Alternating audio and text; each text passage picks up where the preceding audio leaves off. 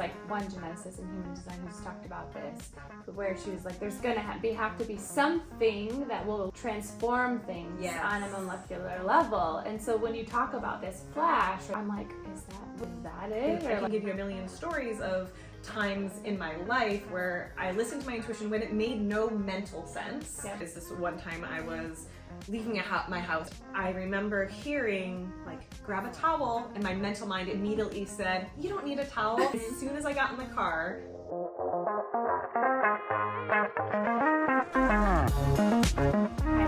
welcome. Thank you.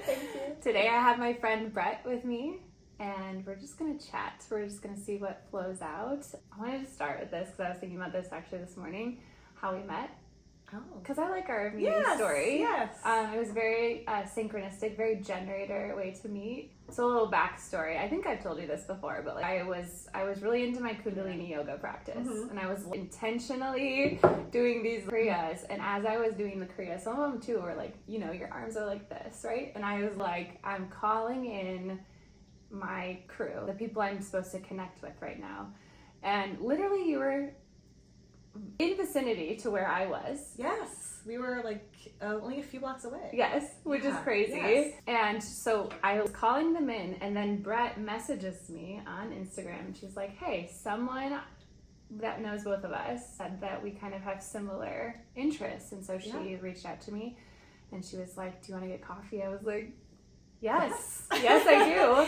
And I remember, and I told you this last time we recorded, which we didn't post, but but it was right. it was a fun one. Yeah. It was probably a good conversation, honestly. It was, I remember. Yeah. But anyway, I can see where I was. I was in my car. I drove home, and I called Scott after we met. I was just so happy because like, it was just such a fun like meeting, and it was synchronistic, and I was like, I met my soulmate. Because I sort of been like, oh, like finally we found each other again. It was just one of those meetings where you're like, oh yeah, I've known you, and welcome back, and like, yes, it was time for us to cross. It wasn't time before that. Yeah. Well, I just love when you put out that intention, you really call it in, and you actually listen and take action on it, which I feel like is one of the main things about intuition in general, right? It's like we can be clear, we can receive our information, we might even, you know, whether we hear a little voice in our head that says, oh, you should call this person, or the information comes in through a friend and says, oh, you know, this person you'll get along with, but you still need to actually take the actions without letting your mental mind take over and say, oh no, that feels weird, I don't know this person. And it's like the universe is just like, no, we brought her to you, asked, and now take action, you know. Yeah, so when I got that message, I was like, this is right down my avenue. Little did you know I was calling in my friends. And that brings me to what Brett does for a living, and just as a being, and like so do you want to talk a little bit about like who you are, what you offer, like what you do for work, but also just like, you know, whatever you want, like whatever you want to share. Well, my name's Brett Blackburn, and I am a psychic, intuitive, channel, healer, and I guess I like to summarize it as I help people get more in touch with their highest selves, their highest information, and I do that through psychic readings and teaching. And I like doing this because it helps people be able to connect more to themselves, and so they can have more confidence and clarity just making all of life's decisions. And I feel like that's something a lot of people sometimes feel like they're missing, because they just want to feel themselves, number one, and they want to be able to feel like, yes, when something happens in life, I know what to do. I don't doubt myself. I don't doubt. I mean, I feel like doubt, whether in real life, or even during like a psychic reading or during meditations, doubt, I think, is like one of the biggest things that gets in the way. There's doubt, and then there's judgment, but we can go into that later. But yeah, so I do psychic readings most of the time, and I also teach and have classes because I like teaching people how to connect with themselves. I mean, that's really what it comes down to, and I feel like there's this infinite amount of information and energy available to us. It's just about learning how to access it. And that's what I love teaching, because it's timeless, it's powerful, and it's available to everyone. And I like teaching people how to find that stillness within themselves, that neutrality, that just that inner space. Because when you learn how to tap into that, you can answer all of life's questions. Yes. you know, and that's what I love that. doing. Yeah. So what do you feel if doubt is something? When you said that, I was like, tab, because doubt and judgment, that is definitely like two of the biggest things. So what do you want to say about that? What do you want to say about doubt? So, and then judgment. Yeah. So I think with the doubt, I think we have different stages of doubt. So especially, let's say, a student or somebody learning to try to tap into their intuitive and psychic abilities, they are like, no, I can't do that. And then once they start actually receiving information, then they doubt that it's actually true. And then when they do start being like, okay, this is good, then they kind of go into that worry or that judgment of, oh, well, if I actually say this out loud, what will somebody think? And that's kind of where the judgment, comes in. But I really feel like the more that you do it, then you start actually realizing, and it keeps getting proven to you that your information was correct. So sometimes it just does take time for you to trust it. But again, like I was saying before, it's like with intuition, it's like listen, trust, take action. Those are like the 3 steps. But it does take some time, because for all of us, even if you've been doing this for a really long time, there's still a little bit of that doubt and judgment is going to come up, which is fine.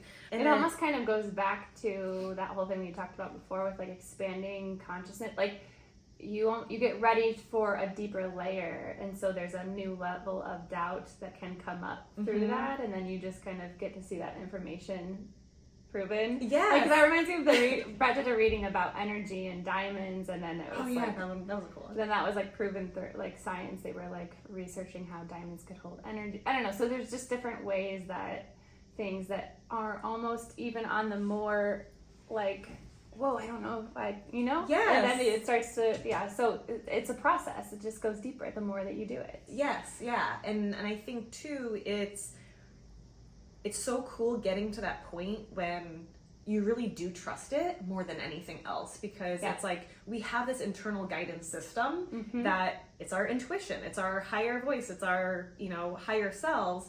And I mean, I can give you a million stories of times in my life where I listened to my intuition when it made no mental sense, but it was like, thank God I did, and like, for example, the story that's coming to my mind, and it's kind of like a silly one, but I was actually in Denmark at the time, and I was in a grocery store, and I had my whole cart, full of groceries, and I just heard this little voice in my head, like, Brett, like, leave your stuff and go outside. And I was like, what? I'm like, number one, I can't just leave, all my groceries here. And I'm like with people, like with friends. And I'm like, okay, I guess, like, because I knew when I hear that voice, and sometimes it's clearer than others. Sometimes you just get like a feeling of, oh, something's not right, or something is, right, go for it. And sometimes it's a clearer voice that's like, go outside. And so I walked outside, and like within like 3 seconds, this guy comes up, and we both kind of lifted up our sunglasses and did this like circle around each other, like, what are you doing here? We're like on the other side of the world. And he just happened to be a guy that I actually grew up not knowing in Connecticut, but we went to college together in North Carolina, and we're like, what are you doing here? And we just established this relationship, and even 20 years later, we just went and visited him in Italy. And so anyway, it was like, if I didn't listen at that moment, I wouldn't have even run into him. Maybe I would have at another point, but it was like, I listened to it, I trusted it, and took action, even though it was ridiculous. Yeah. Like, why would I just leave this grocery store? Which then, like, those moments just so deeply affirm, like, okay, keep listening to that specific voice. It has a certain, like, resonance, a certain frequency. Yes. And I feel like that's what, it's sometimes hard to teach people what that voice is and where it feels, and because it's a little bit different for everyone. Yep. And again, it's like, you just kind of have to use it. And then I always try to teach people to track it, because information will come in different ways. So sometimes intuition to people they'll kind of feel it more in their heart, or maybe they'll feel it more in their gut, or they'll just kind of have an overall knowingness.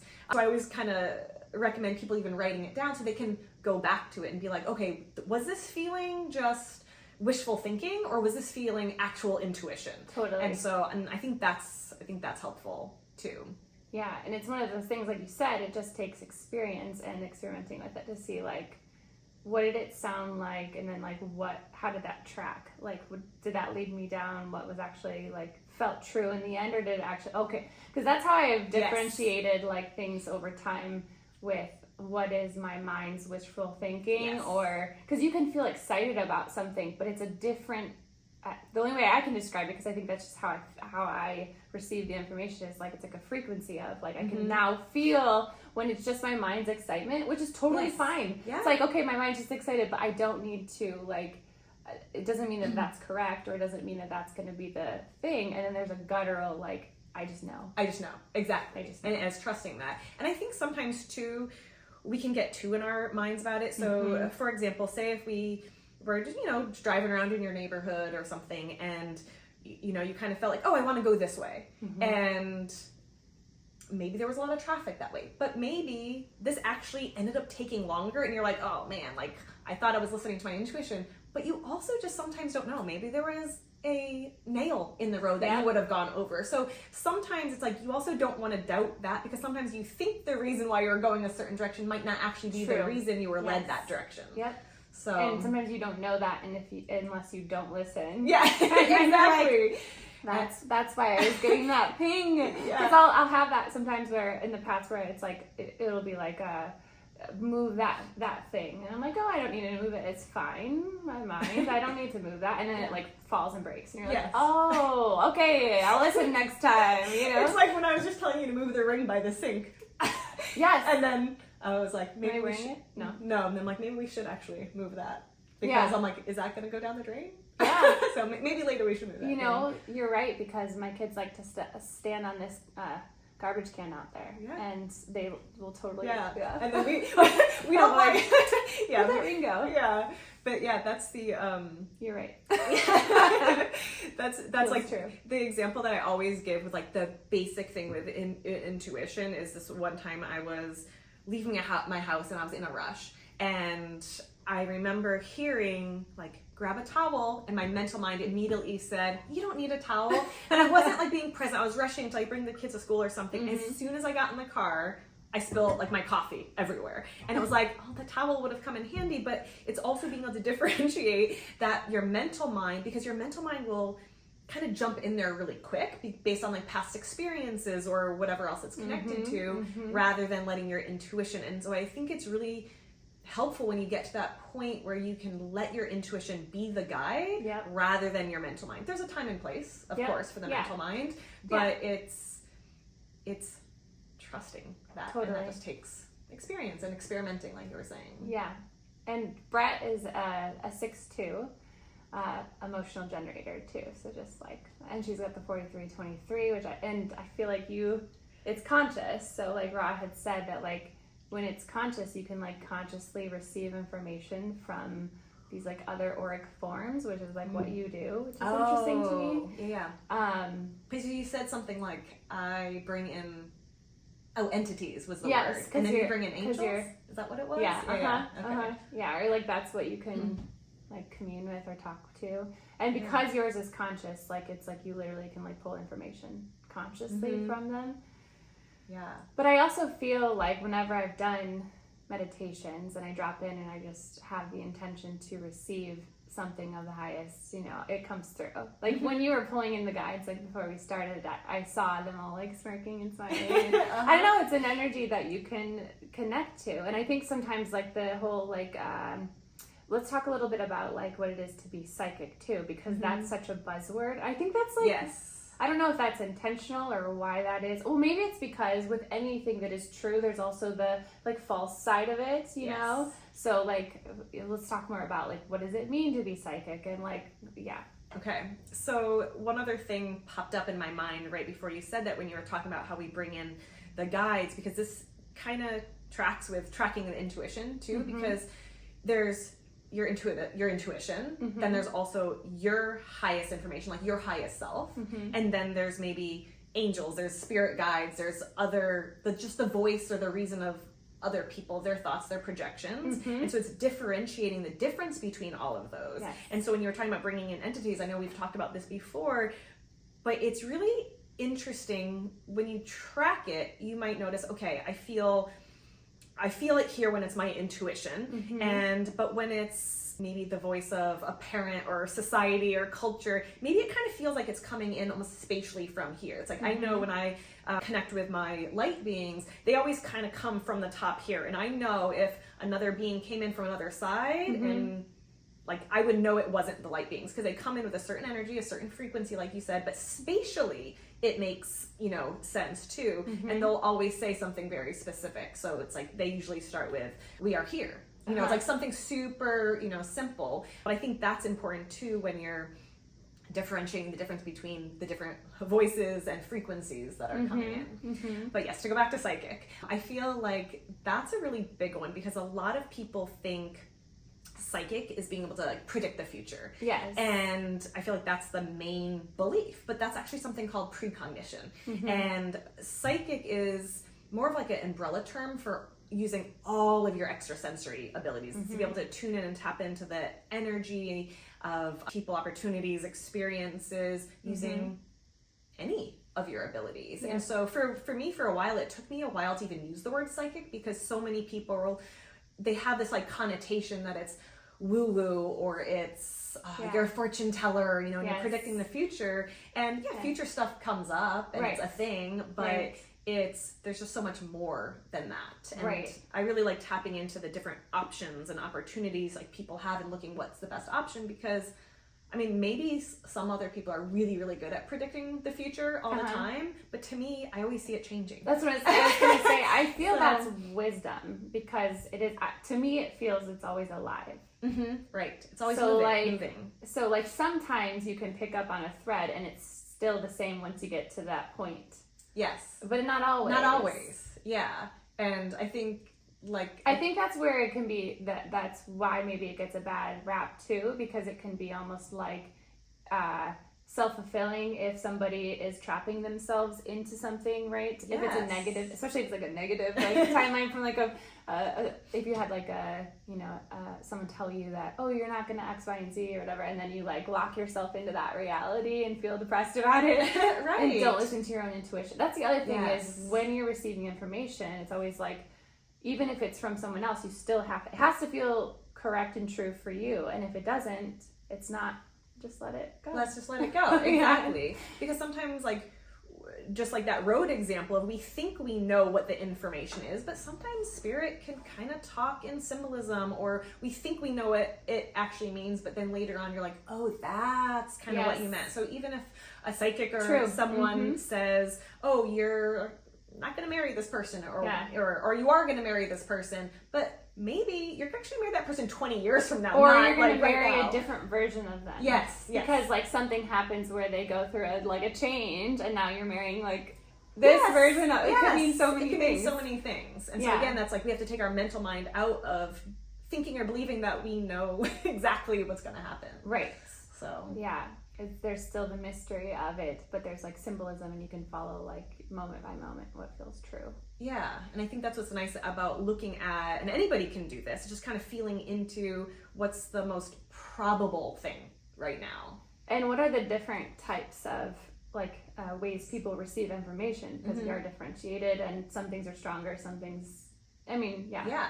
So I definitely think we're all psychic. It's not like, I don't think it's like a gift or anything. It's a muscle that we use in our body just like any other. And the more that we use it, the stronger that it gets. But as far as the different types of, there's different psychics, like, in the sense of like how you receive your information, like if you are a channeler or if you are, like in that sort of way. But I think what you're asking about is more about like clair-abilities, like how we receive information. Yeah. So there's a few different psychic clair-abilities. So there's clairvoyance, which is like your clear seeing. It's like the ability to see images, pictures, auras, and like that. There's clairaudience, which is more of using your clear hearing. So it's basically hearing things that are inaudible, to your physical ears. It's your inner hearing. And sometimes that'll show up like hearing like songs or lyrics in your head, or just literally hearing a voice. Called the 4323 that we both have as a companionship, he called it the third ear. Ah, like the third eye, but I like the third it. ear because it's like through, hearing. I like that. And then there's clair-cognizance, which is a clear knowing, that you feel a little bit more kind of like when you just know something. There's no reason for you to know it, you just know it. Yes. And then there's clair-aliens, which is like a clear smelling. And then there's clair-gustance, which are clear tasting. And so those are kind of under the category of clairsentience, which is like clear feeling and clear sensing. And those aren't quite as common. Most people, I'd say, are clairsentient, so they feel and sense things, or they hear things or they see things. But you can have all of them. Yeah. Well, the spleen is related to the taste and the smell, depending on what channels it's in, too. Okay. So, like, if somebody had that as their definition, I could see how, and especially if they didn't have other ones, I could see how that would get stronger. Yes. Because they have that consistent access to that specific way of receiving information. Yeah. And a lot because we receive it in all the ways, because our chart always is getting lit up, always. Like, we have all of the things, but we're going to have some more than others, and some are going to be more natural or whatever, or just like consistent. Yeah. And I think it's like you can have them all, but when even during like a psychic reading or even just anybody, spirit or your higher self is going to communicate with you often in the most efficient way. Especially if I was doing like a psychic reading, it's like we're just trying to move through information really fast.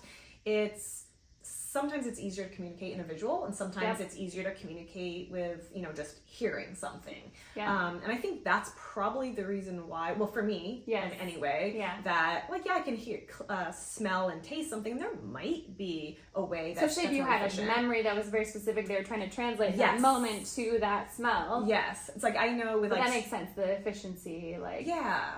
It's like, why go about all this sort of way if I can just say... That reminds me of the telepathy tapes. Everything is translated. They don't use words because they view words as clunky and difficult, especially for them. Yes. But that they can literally translate it so much more just through telepathically. And what we've seen through those is we have those abilities too. So it's even just kind of a interesting way of opening people to more, because I think we have these abilities, but it's like we all can ride a bike, but have you actually learned to ride a bike? But once you learn to ride a bike, then you can ride a bike pretty effortlessly. You don't forget, and then you can just get better and better and better. You can do jumps and wheelies, but you know what I mean? It's just a similar concept. Well, and then too, it's the more that you kind of find the space within that you were talking about, so you can access these things easier. Then you start expanding it when you feel I'm having a little bit more telepathy going on. Even me and you have telepathy all the time. Yes.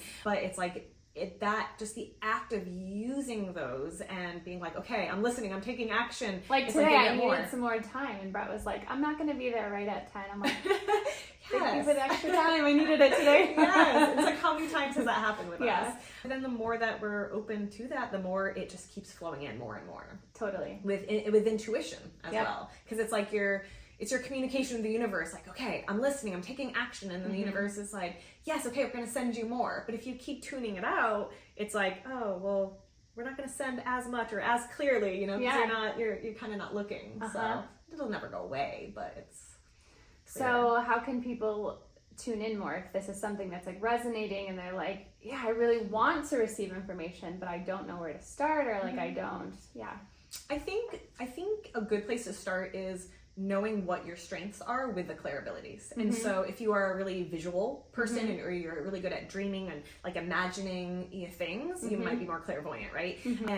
But if you're more of a feeling sort of sensing sort of person, maybe you're clairsentient. And obviously, if you're good at hearing things, you're clairaudient. But once you kind of know that, I think it's good to just kind of go further in one or two that you feel really strongly with. So for example, for clairvoyance, I always recommend people setting intention before bedtime, really trying to remember your dreams and then write them down, because it's the act of visualizing it in the dream that's helpful. But then when you wake up, thinking about it and writing it down or actually voicing it to somebody, you're actually still using your visual ability to visualize it again. And it's you're practicing both times, so I think that's really good. Then the other thing that I like for helping their clairvoyance is it's actually an astral travel technique, but it's and it also helps you fall asleep, which is good. So I like doing it before bed. So I always say, like, visualize maybe a place in childhood that you really liked going. Maybe sometimes I picture my grandparents' house, and just kind of picture yourself there, put yourself there, and say you're in the kitchen there.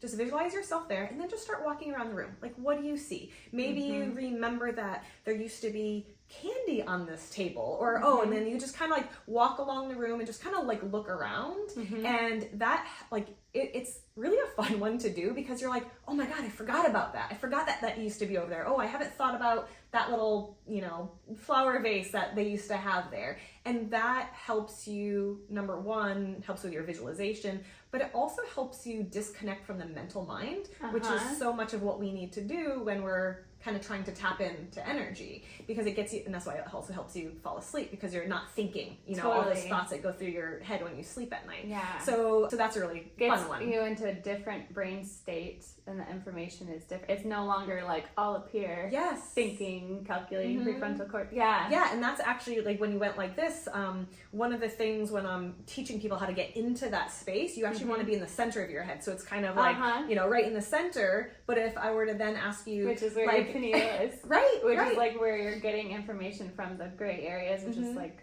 much more than just your thinking, planning. Yeah. And so it's like, if I was like, okay, Cassie, go in and visualize something, you'd be in the center of your head. But then if I was like, what's 32 times 7? Yes. Straight to the front. Yes. You literally feel your energy moving more to the front of your head. So wild. Yeah. That's a really good one. I want to try that now. Just like sounds like a good way to go to sleep too. Yeah. Yeah. And it's fun. It's fun. I really like that one. Yeah.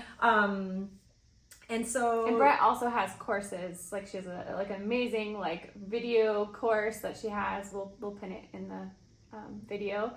And you also teach classes, and she does this work one-on-one. So I'll share all of that. But yeah, thank you. And then for the clear audience, I like this one too, because when your kids are like, tell me a story, Mom, tell me a story. And you're like, I don't have any stories.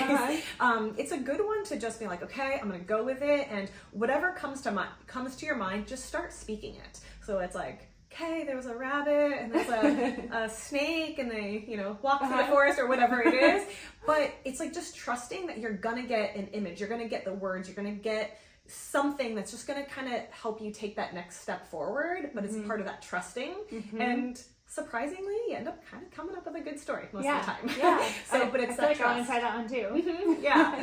And then as far as like clear sentience, like the clear feeling, I would say a good one for that is kind of a fun one that anybody can do, but it's kind of related to your psychometry, which is if you're holding an object in your hand and you can feel and sense the energy from it. And so it's good to use like jewelry or something that has a lot of energy in it, something like old. And you just take a minute, kind of find your center space, center of your head, and just kind of feel into, if you get any images, you hear anything, you get any thoughts or feels or expressions, and you just might feel the energy. Maybe you feel like a grandparent energy or a sister energy or anything, and just allow that information for you to feel it and sense it. And you use your hand chakras to actually feel it and sense it, but it's kind of your second and your third chakra also, so you can kind of open those up. But that's just a good way to just practice, because you can do it any time with anything. Yeah, that's a good one too. Yeah, and you can get feedback. Good. Now I'm gonna try all these. Yeah, good. I love teaching about this. Yeah, you're a great teacher. I love it. Thank you. So those are, and I'm all like, oh, now I'm gonna like hold things in place. Yeah. So is there anything else that you want to share? Like, what do you really love, like, in your work right now? What's exciting you? What, like, what's really, or like anything? And I know you channel and you like, so anything like you want to share in that realm? So I'd say there's two things. I'm really excited because I'm coming out with a new set of classes that are more, so for a long time I was teaching people who are like, I want to be a psychic. I want to learn how to do psychic readings. And that's a very specific sort of thing, but I want to bring the same sort of information to people who are like, hey, I like this stuff. I want to get connected to myself. So I have like a whole bunch of new classes that are going to be like live, that are anything from kind of the basics, like the clair-abilities and like the essential stuff about like grounding and bringing your energy and that sort of stuff. But then it's a whole class about your second chakra and like the masculine and feminine, and even on that one, this is kind of an interesting one. I could talk about the second chakra like all day, but there's like creativity, there's receptivity, but it's also like your reproductive system, and even all the other people's energy, even like, you know, sexual relationships, intimate relationships that are like, whose else's energy is still in your body? Let's clear that out, Yes. you know, and kind of bring everything up to date. But then, yeah, there's classes on like reprogramming, soul retrieval, all kinds of stuff. So I'm excited to talk about that stuff. Cool. And then, yeah. Where will that be? Like, that'll just be online and it'll be live. Okay. And cool if people can. Well, like, they find it out if they like sign up for like your news. Like, what's the best way to find out when those are probably probably email list. Okay. And Instagram. Okay, cool. Yeah. And then the channeling, so I've been channeling since probably like the end of 2019. That's when I feel like it was like, whoa, because is like, when did we meet? What did we meet in? No, it was earlier. It was earlier than that, because that was like because 2020 was COVID, but we had met and but when did we? 2018? Maybe 20. I don't know. When did we do that class? Was it 2018? Maybe. Yeah. It must have been, because I think I had freshly left the therapy realm. Yeah, I think so. And I want to say, yeah. Yeah, I think it was 2018. That sounds right. Yeah. Yeah. So I was like, all right, where are my new people? Because I'm in like a whole different space. So right. I like started doing Reiki, and then Well, I kind of accidentally started channeling without really setting the intention for that, because I was doing email readings for clients, and I was realizing when I was typing, it was different than when I was doing readings. All of a sudden I felt like I was getting somebody else's information. I was like from like guides and just other entities, right? Right. Yeah. And I was like, oh, this is kind of interesting. This is different. It's flowing different. And so I was like, okay, like, let me sit down and actually do this. And I just got my computer out, and I was like, all these like beings just started talking to me and just telling me all this kind of, you know, stuff. And so I channel a bunch of different people now, but the main group, they call themselves light beings. And sometimes they're Arcturians and other people too, but they love talking about the concept of the new earth and us shifting from this like more of like 3D consciousness to a 5D consciousness, and almost to the point where I'm like, can we talk about something else? You know, because it's like I feel like that's part of what they want to share with us. And it's so interesting, because when like, I can tell the difference, right, between, you know, me or something and when it's them, because they'll use completely different words where I'm like, what does that word mean? I have to like look it up, and it has like these beautiful, you know, several meanings. But they always, so let me take it back. So I had never even heard of the concept of like the new earth, the shift. I hadn't even read any of like Dolores Cannon books, which I love now. I think I've read all of them. But I hadn't even heard of this concept before. And so, and if anybody doesn't know, the concept of the new earth is that humanity is going through this major shift of just consciousness, I guess is the best way to describe it, where we're shifting to a fifth dimensional reality. And what I've always heard, and it kind of sounded weird at first, where I was like, is this, like, am I putting out like scary information our way? But then I realized it never felt like that, but it was kind of telling us how our earth is going to go through kind of like a earth rift. They kept kind of saying the rumbling of the earth, and it felt very kind of like earthquakey, volcano like energy, and that it's going to shift something, and that's going to be kind of like a first phase, and then there's going to be a time where this solar like flash hits the planet, which not the same thing as a solar flare. We have solar flares all the time, but this is more of like a spiritual light, with lack of better terms, that's going to come onto the planet, and it's going to be the point where we look back at time and be like, that's when things changed. And how we're all going to be very different, and kind of how the earth is shifting into kind of a third dimension and fifth dimension, and possibly even fourth and fifth. And we can go into the details of that if you want, but because I'm not even actually fully sure. But they just kind of want to tell us that it's going to be like amazing, and it's not anything to be like scared of. It's going to be this like, wow, like everything, like we're almost like letting go of the old and kind of bringing in this new, that it's almost unfathomable. That's not the right word, but you know what I mean. I know. Yeah. I think that's right. Unfathomable. Yes. And basically what they're saying is just like really just kind of focus on getting in touch with ourselves and raising our vibration, and that's kind of how we connect with kind of what's next. I guess. Well, what's cool to me about that is like there's so many different like things that are not connected to each other that talk about that shift. And they're not like at all connected. So it's like this information, like that reminds me of the book Big Magic by Elizabeth Gilbert, which I read it like in 2016 or something. It was so long ago. But the concept was like things come in and we receive them, and different people would receive the exact same book, like same characters, same names, same, and like someone would be the one that would like bring it in through, So it's like that reminds me of that. It's like there's throughout time, like humans have been picking up that this great change is coming. Yes. And it even in human design, right, it talks about these new beings that are coming, and then like the autism was going to be increasing, which we see happening. And then there's like one geneticist in human design who's talked about this, where she was like, there's going to have to be something that will transform things on a molecular level. And so when you talk about this flash or this like, I'm like, is that, we've talked about it, I'm like, is that it? Or like, what is gonna... I think so.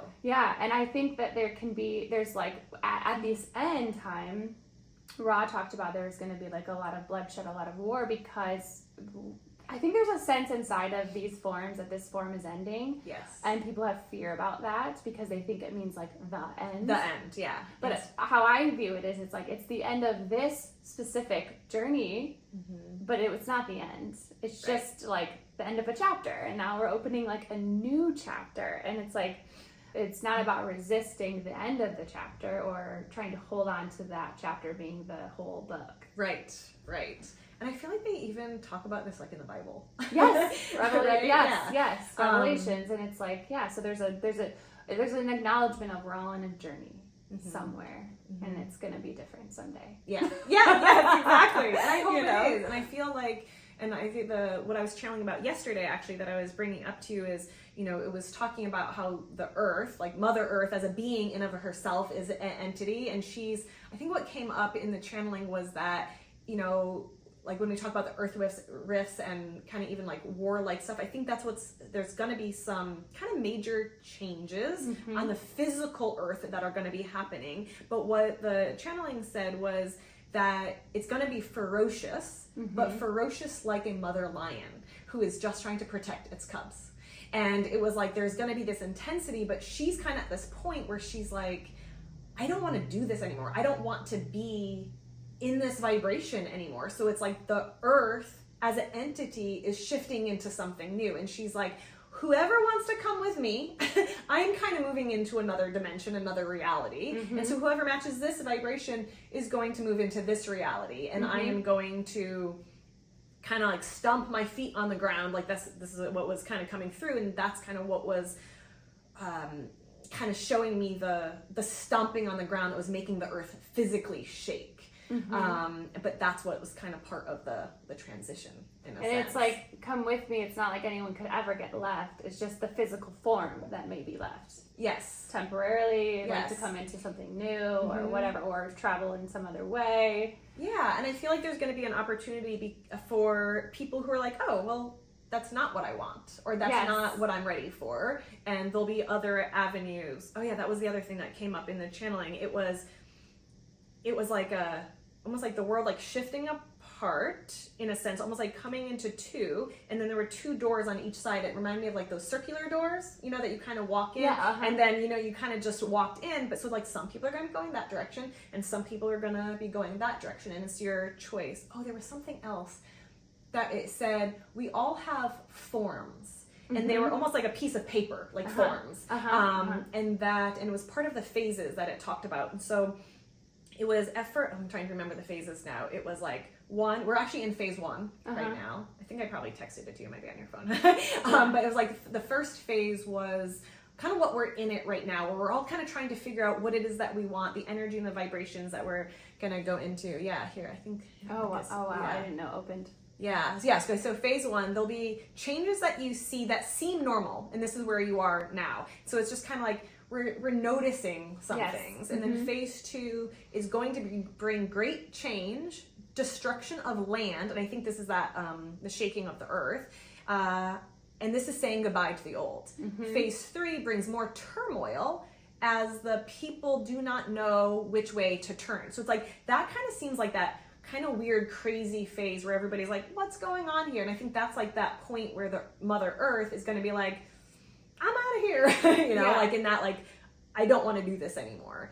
And then phase 4 is when the light comes. The light hits the planet and all things will change. And then phase 5 is the upbringing of the new people, a new land, new creations, and the new inventions of time and space. New reality to exist.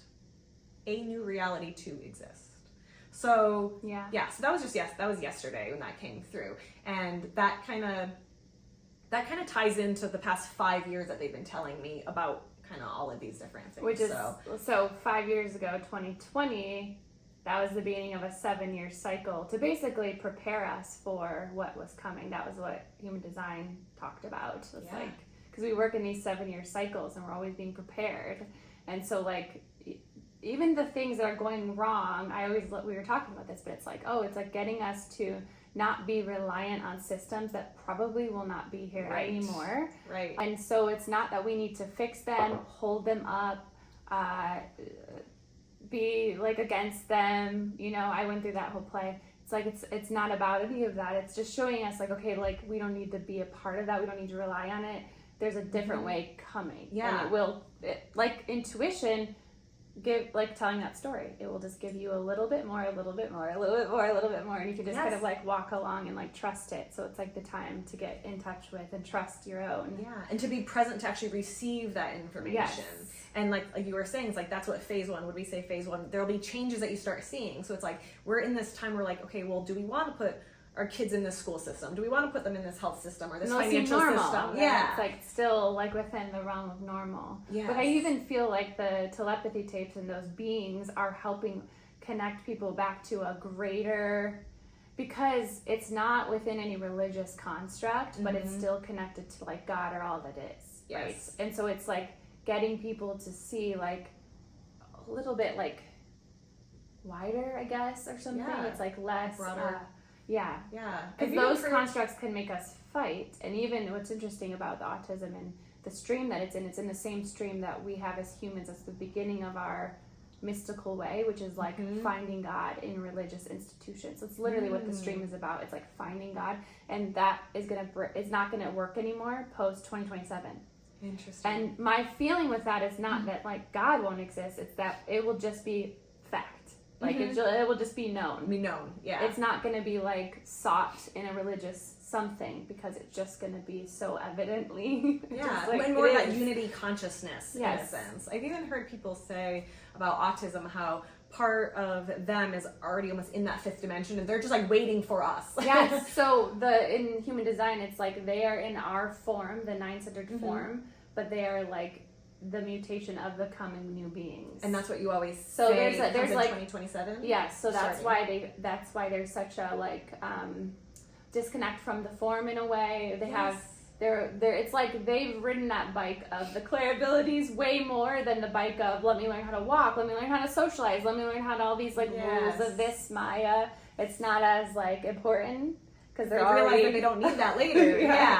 So something like that came up when we were a couple weeks ago when you asked me about channeling something about the autistic. How they're like the transitionary people, because you were asking about your kids and how when they were born, when I did that reading, saying like they're what did I call them? New beings, newcomers? You said that they were going to help lead the newcomers or guide them in some way. Like they were going to be involved, but they weren't the newcomers. Yeah, and then something like that. When I remember when I did a reading for Thaddeus when he was first born. Yeah, I remember saying that like the beings were saying that he was a new being or there was something like that. But it's slightly different, but not. Yes, but it wasn't the ones that are coming later. But yes, that they're going to be the transitionary people to kind of usher in the new vibe, the new people. Yes. Yeah, and I kind of think that's like how it slowly works, right? Like every new vehicle has a little bit further of a development towards what's coming. Yes. And I do feel like there's inevitably going to be a huge shift. One, maybe to create the opening for them to even exist in the first place, like the lights thing. But even just the existence of them, you know, because even the telepathy tapes is like huge in terms of like it's exploded. So many people still don't know what that is either. It will be even more. Yes, agreed. Thanks for coming, Brett. I like this. Do you want to say anything else in closing? I'd love to get into more channeling at another time. Oh yeah, we'll do that. Yeah. We'll do that. Yeah, that'll be fun. I mean, I think I just encourage people to take that time aside for themselves, to connect with themselves, find that inner space within themselves, because everything just flows more and you feel just more confident with yourself in everyday life to know and trust yourself. So yeah, just spend some time doing that. If it resonates with you, if you want to. Yes, great closing. Okay, well, I hope you enjoyed our conversation. I will put all of the links to get in touch with Brett below. That's all for now. Thanks, Bessie. Thanks, Brett. Yeah. Bye, guys. Bye. You're like, and it didn't record.